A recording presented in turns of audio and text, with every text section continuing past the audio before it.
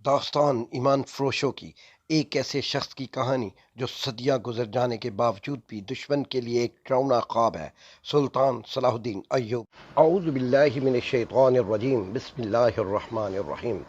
اندر آ جاؤ دوست، باہر سردی ہے، ایک آدمی نے فخر سے کہا۔ تلوار نیام میں ڈال لو، ہم تاجر ہیں، ہم سے آپ کو کیا خطرہ؟ آؤ اس لڑکی کی بپتا سن لو۔ اس نے آہ بھر کر کہا، میں آپ کے سلطان کو مرد مومن سمجھتا تھا، مگر ایک خوبصورت لڑکی دیکھ کر وہ ایمان سے ہاتھ دھو بیٹھا۔ وہ باقی 6 لڑکیوں کا بھی یہی حشر کر رہا ہوگا، ان کا یہ حشر دوسرے سالاروں نے کیا ہے۔ موبی نے کہا، شام کو ان بیچاریوں کو اپنے خیمے میں لے گئے تھے اور انہیں بے سدھ کر کے خیمے میں ڈال دیا، وہ خیمے میں بے ہوش پڑی ہیں۔ فخر المصری تلوار نیام میں ڈال کر ان کے ساتھ خیمے میں چلا گیا۔ اندر جا کر بیٹھے تو ایک آدمی نے آگ جلا کر کیوے کے لیے پانی رکھا اور اس میں جانے کیا کچھ ڈالتا رہا۔ دوسرے آدمی نے فخر سے پوچھا کہ اس کا رتبہ کیا ہے؟ اس نے بتایا کہ وہ کماندار اور عہدیدار ہے۔ انہوں نے اس کے ساتھ بہت سی باتیں کی جن سے انہوں نے اندازہ کر لیا کہ یہ شخص عام قسم کا سپاہی نہیں، ذمہ دار فرد ہے، ذہین اور دلیر بھی ہے۔ ان لوگوں میں سے ایک نے، جو کرسٹوفر تھا، فخر کو 7 لڑکیوں کی بالکل وہی کہانی سنائی جو انہوں نے صلاح الدین ایوبی کو سنائی تھی۔ انہوں نے فخر کو یہ بھی بتایا کہ صلاح الدین ایوبی نے ان کے متعلق کیا کہا تھا۔ ان لڑکیوں نے سلطان کو یہ پیشکش بھی کی تھی کہ اگر وہ اپنے گھروں کو واپس نہیں جا سکتی اور عیسائیوں کے پاس بھی نہیں جانا چاہتی، اس لیے وہ مسلمان ہونے کو تیار ہے، بشرطے کہ کوئی اچھا کماندار ان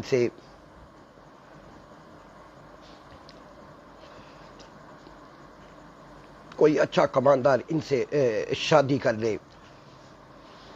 ہم نے سنا تھا سلطان صلاح الدین ایوبی کردار کے لحاظ سے پتھر ہے۔ ہم ہر روز سفر پر رہنے والے تاجر انہیں کہاں اپنے ساتھ لیے پھرتے، انہیں سلطان کے حوالے کر دیا، مگر سلطان نے اس لڑکی کے ساتھ جو سلوک کیا وہ اس کی زبانی سن لو۔ فخر المصری نے لڑکی کی طرف دیکھا تو لڑکی نے کہا، ہم بہت خوش تھیں کہ خدا نے ہمیں ایک فرشتے کی پناہ دی ہے۔ سورج غروب ہونے کے بعد سلطان کا ایک محافظ آیا اور مجھے کہا کہ سلطان بلا رہا ہے۔ میں باقی 6 لڑکیوں کی نسبت ذرا زیادہ خوبصورت ہوں، مجھے توقع نہیں تھی کہ تمہارا ایوبی مجھے بری نیت سے بلا رہا ہے۔ میں چلی گئی۔ سلطان ایوبی نے شراب کی صراحی کھولی، ایک پیالہ اپنے آگے رکھا اور ایک مجھے دیا۔ میں عیسائی ہوں، شراب 100 بار پی ہے۔ بحری جہاز میں عیسائی کمانداروں نے میرے جسم کو کھلونا بنائے رکھا۔ صلاح الدین ایوبی بھی میرے جسم کے ساتھ کھیلنا چاہتا تھا۔ شراب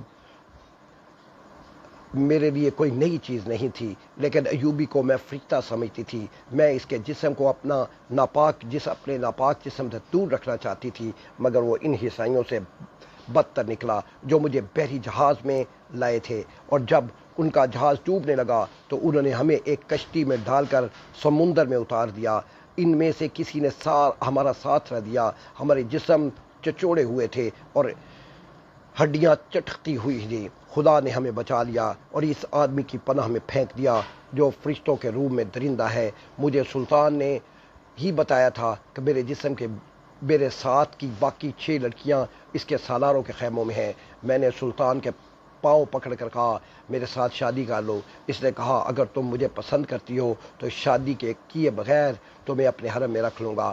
اس نے میرے ساتھ وحشیوں کا برتاؤ کیا، شراب میں بدمست تھا، اس نے مجھے اپنے ساتھ لٹا لیا۔ جو ہی اس کی آنکھ لگی میں وہاں سے بھاگ آئی۔ اگر میری بات کا اعتبار نہ آئے تو اس کے محافظوں سے پوچھ لو۔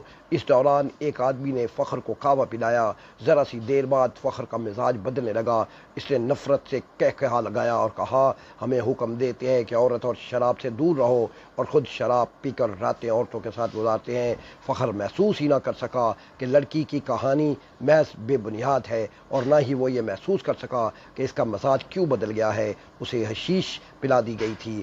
اس پر ایسا نشہ طاری ہو چکا تھا جسے وہ نشہ نہیں سمجھتا تھا۔ وہ اب اپنے تصور میں بادشاہ بن چکا تھا۔ لڑکی کے چہرے پر مشعل کے شعلے کی روشنی ناچ رہی تھی۔ اس کے بکھرے ہوئے سیاہی مائل بھبورے بال چمک رہے تھے۔ وہ فخر کو پہلے سے زیادہ حسین نظر آنے لگی۔ اس نے بےتاب ہو کر کہا، اگر تم چاہو تو میں تمہیں پناہ میں لیتا ہوں۔ نہیں۔ لڑکی ڈر کر پیچھے ہٹ گئی اور بولی، تم بھی میرے ساتھ اپنے سلطان جیسا سلوک کرو گے، تم مجھے اپنے خیمے میں لے جاؤ گے اور میں ایک بار پھر تمہارے سلطان کے قبضے میں آ جاؤں گی۔ ہم تو اب دوسری 6 لڑکیوں کو بھی بچانے کی سوچ رہے ہیں۔ ایک تاجر نے کہا، ہم ان کی عزت بچانا چاہتے تھے مگر ہم سے بھول ہو گئی۔ فخر المصری بھی کی نگاہیں لڑکی پر جمی ہوئی تھی۔ اس نے اتنی خوبصورت لڑکی کبھی نہیں دیکھی تھی۔ خیمے میں خاموشی طاری تھی جیسے کرسٹوفر نے توڑا۔ اس نے کہا، تم عرب سے آئے ہو یا مصری ہو؟ مصری، فخر نے کہا، میں 2 جنگیں لڑ چکا ہوں اس لیے مجھے عہدہ دیا گیا ہے۔ سوڈانی فوج کہاں ہے جس کا سالار راجی ہے؟ کرسٹوفر نے کہا، اسی فوج کا ایک سپاہی بھی ہمارے ساتھ نہیں آیا۔ فخر نے جواب دیا، جانتے ہو ایسا کیوں ہوا؟ کرسٹوفر نے کہا، سوڈانیوں نے صلاح الدین ایوبی کی عمارت اور کمان کو تسلیم نہیں کیا۔ وہ فوج اپنے آپ کو آزاد سمجھتی ہے۔ ناجی نے سلطان ایوبی کو بتا دیا تھا کہ وہ مصر سے چلے جائیں کیونکہ وہ غیر ملکی ہیں۔ اسی لیے ایوبی نے مصریوں کی فوج بنائی اور لڑانے کے لیے یہاں لے آیا۔ اس نے تم لوگوں کو شرافت اور نیکی کا جھانسا دیا اور خود عیش کر رہا ہے۔ کیا تمہیں مال غنیمت ملا ہے؟ اگر تمہیں ملا بھی ہو تو سونے چاندی کے 2 ٹکڑے مل جائیں گے۔ صلیبیوں کے جہازوں سے بے پناہ خزانہ سلطان ایوبی کے ہاتھ آیا ہے۔ وہ سب رات کے اندھیرے میں سینکڑوں اونٹوں پر لاد کر قاہرہ روانہ کر دیا گیا ہے، جہاں سے دمشق اور بغداد چلا جائے گا۔ سوڈانی لشکر کو سلطان نہتا کر کے غلاموں میں بدل دینا چاہتا ہے۔ پھر عرب سے فوج آ جائے گی اور تم مصری بھی غلام ہو جاؤ گے۔ اس عیسائی کی ہر ایک بات فخر المصری کے دل میں اتری جا رہی تھی۔ اثر باتوں کا نہیں بلکہ موبی کے حسن اور حشیش کا تھا۔ عیسائیوں نے یہ حربہ حسن بن صبا کے حشیش سے سیکھا تھا۔ موبی کو بالکل توقع نہیں تھی کہ یہ صورتحال پیدا ہو جائے گی کہ ایک مصری ان کے تعاقب میں، ان کے دام میں آ جائے گا۔ انہیں معلوم ہو گیا کہ فخر مصر کے زبان کے سوا اور کوئی زبان نہیں جانتا۔ موبی نے اپنے 5 ساتھیوں کو سنانا شروع کر دیا کہ رابن زخمی ہونے کے بہانے کر کے زخمیوں کے خیمے میں پڑا ہے اور اس نے کہا ہے کہ ناجی سے مل کر معلوم کرو کہ اس نے بغاوت کیوں نہیں کی یا اس نے عقب سے صلاح الدین ایوبی پر حملہ کیوں نہیں کیا، اور یہ بھی معلوم کرو کہ اس نے ہمیں دھوکہ تو نہیں دیا۔ وہ باتیں کر رہی تھی تو فخر نے پوچھا، یہ کیا کہہ رہی ہے؟ یہ کہہ رہی ہے۔ ایک نے جواب دیا، اگر یہ شخص یعنی صلاح الدین ایوبی کی فوج میں نہ ہوتے تو یہ تمہارے ساتھ شادی کر لیتی۔ یہ مسلمان ہونے کو بھی تیار ہے لیکن کہتی ہے کہ اسے اب مسلمانوں پر بھروسہ نہیں رہا۔ فخر نے بے تابی سے لپک کر لڑکی کو بازو کو پکڑا اور اپنی طرف گھسیٹ کر کہا، اگر میں بادشاہ ہوتا تو خدا کی قسم تمہاری خاطر تخت و تاج قربان کر دیتا۔ اگر شرط یہی ہے کہ میں صلاح الدین ایوبی کی دی ہوئی تلوار پھینک دوں تو یہ لو۔ اس نے کمر بند سے تلوار کھولی اور نیام سمیت لڑکی کے قدموں میں رکھ دی۔ کہا، میں اب سے ایوبی کا سپاہی اور کماندار نہیں ہوں مگر ایک شرط اور بھی ہے۔ لڑکی نے کہا، میں اپنا مذہب تمہاری خاطر ترک کر دیتی ہوں لیکن صلاح الدین ایوبی سے انتقام ضرور لوں گی۔ کیا اسے میرے ہاتھ سے قتل کرانا چاہتی ہو؟ فخر نے کہا۔ لڑکی نے اپنے آدمیوں کی طرف دیکھا، سب نے ایک دوسرے کی طرف دیکھا۔ آخر کرسٹوفر نے کہا، ایک صلاح الدین نہ رہا تو کیا فرق پڑے گا، ایک اور سلطان آ جائے گا، وہ بھی ایسا ہی ہوگا، مصریوں کو آخر غلام ہی ہونا پڑے گا۔ تم ایک کام کرو، سوڈانیوں کے سالار ناجی کے پاس پہنچو اور یہ لڑکی اس کے سامنے کر کے اسے بتاؤ کہ سلطان صلاح الدین ایوبی اصل میں کیا ہے اور اس کے ارادے کیا ہیں۔ ان لوگوں کو یہ تو علم تھا کہ ناجی کا صلیبیوں کے ساتھ رابطہ ہے اور موبی اس کے ساتھ بات کرے گی، لیکن انہیں یہ علم نہیں تھا کہ ناجی اور اس کے معتمد سالار خفیہ طریقے سے مروائے جا چکے ہیں۔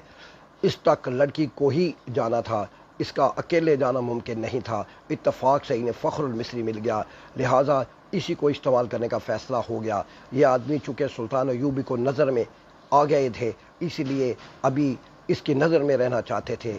اس کے علاوہ انہوں نے موبی سے سن لیا تھا کہ اس کے شعبہ جاسوسی اور تخریب کاری کا سربراہ رابن اس کیمپ میں ہے اور فرار ہوگا، اس لیے وہ اسے مدد دینے کے لیے بھی وہاں موجود رہنا چاہتے تھے۔ ان کے ارادے معلوم نہیں کیا تھے۔ صلاح الدین ایوبی پر چلایا ہوا ان کا تیر خطا گیا تو انہیں سلطان ایوبی کے سامنے لے جایا گیا تھا۔ ان کا بہروپ اور ڈرامہ کامیاب رہا، لیکن ان کا مشن تباہ ہو گیا تھا۔ لہٰذا اب وہ بدلی ہوئی صورتحال اور اتفاقات سے فائدہ اٹھانے کی کوشش کر رہے تھے۔ فخر المصری حسن اور حشیش کے جال میں آ گیا تھا۔ اس نے واپس کیمپ میں نہ جانے کا فیصلہ کر لیا۔ اسے یہ مشورہ دیا گیا کہ وہ لڑکی کو لے کر روانہ ہو جائے۔ ان لوگوں نے اسے اپنا ایک اونٹ دے دیا، پانی کا ایک مشکیزہ دیا اور تھیلے میں کھانے کا بہت سارا سامان ڈال دیا۔ ان اشیاء میں کچھ ایسی تھیں جن میں حشیش ملی ہوئی تھی۔ موبی کو ان کا علم تھا۔ فخر کو ایک لمبا چوغا اور تاجروں والی دستار پہنا دی گئی تھی۔ لڑکی اونٹ پر سوار ہوئی، اس کے پیچھے فخر سوار ہو گیا اور اونٹ چل پڑا۔ فخر گرد و پیش سے بے خبر تھا اور وہ اپنی ماضی سے بھی بے خبر ہو گیا تھا۔ صرف یہ احساس اس پر غالب تھا کہ روئے زمین کی حسین ترین لڑکی اس کے قبضے میں ہے، جسے سلطان کو ٹھکرا کر اسے پسند کیا ہے۔ فخر نے موبی کو دونوں بازوؤں میں لے کر اس کی پیٹھ اپنے سینے سے لگا لی۔ موبی نے کہا، تم عیسائی کمانداروں اور اپنے سلطان کی طرح وحشی تو نہیں بنو گے۔ میں تمہاری ملکیت ہوں، جو چاہو کرو، مگر میں پھر تم سے نفرت کروں گی۔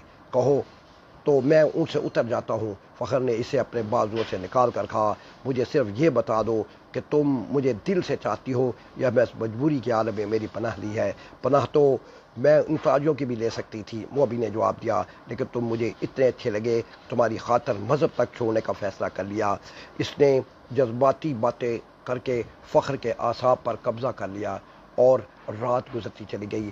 سفر کم و بیش 5 دنوں کا تھا، لیکن فخر المصری عام راستوں سے ہٹ کر جا رہا تھا کیونکہ وہ بھگوڑا فوجی تھا۔ موبی کو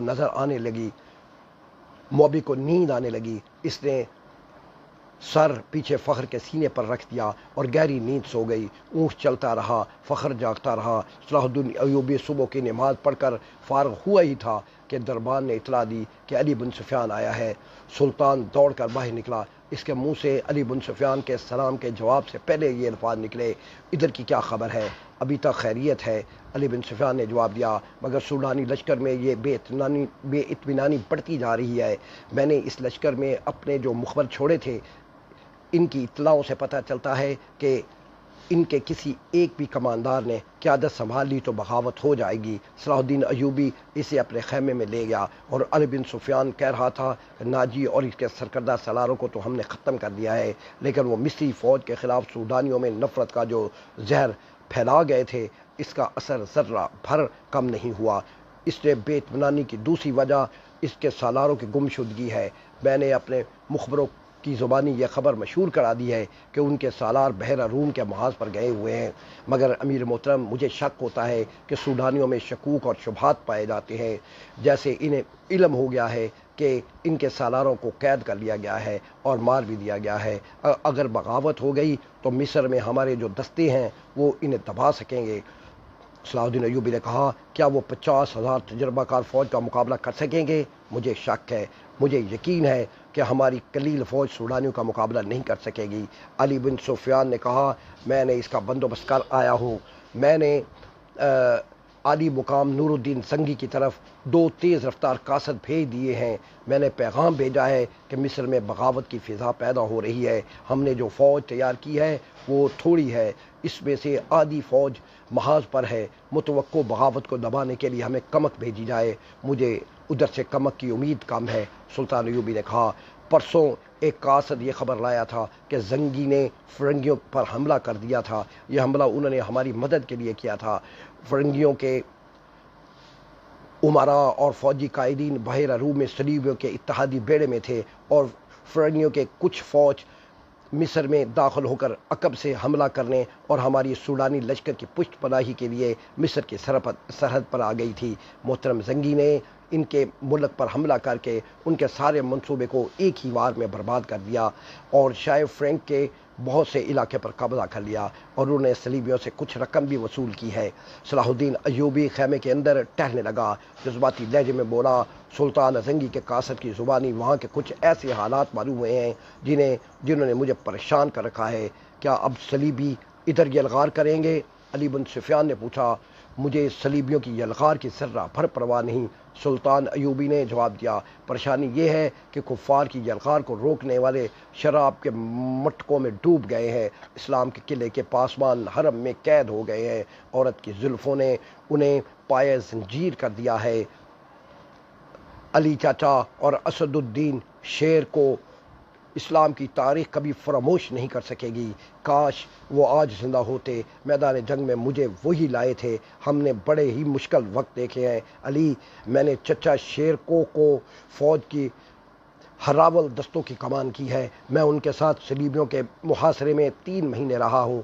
مجھے شیر کو ہمیشہ سبق دیا کرتے تھے کہ اگر گھبراہٹ اور خوف سے بچنا ہے، تائید ایزدی اور رضائے الہی کا قائل رہنا ہے اور اسلام کا علم بلند رکھنا ہے۔ میں شیر کوہ کی کمان میں مصریوں اور صلیبیوں کی مشترکہ فوج کی بغاوت میں لڑا ہوں، اسکندریہ میں محاصرے میں رہا ہوں۔